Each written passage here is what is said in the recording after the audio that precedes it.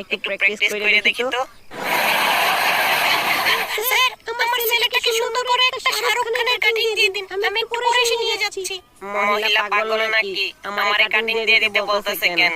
যাক, ভালোই হলো, জীবনে প্রথম সুযোগ পাইছি চুল কাটার, একটু ট্রাই করেই দেখি কিভাবে কাটে। এখান থেকে এই চুলটারে কেটে দেবো। এইখান থেকে আরেকটা চুল কাটতে দিব। এখন কি করা যায়? আইডিয়া। ওর মাথায় বাটি বসায় ওরে বাটি কাটিং মেরে দিব। বাচ্চা ধন, তোমার মা তোমারে শাহরুখ খান বানাই দিতে বলছে, আমি তোমারে হিরো আলম ম্যাক্স প্রো বানাই দেব। টান টানা।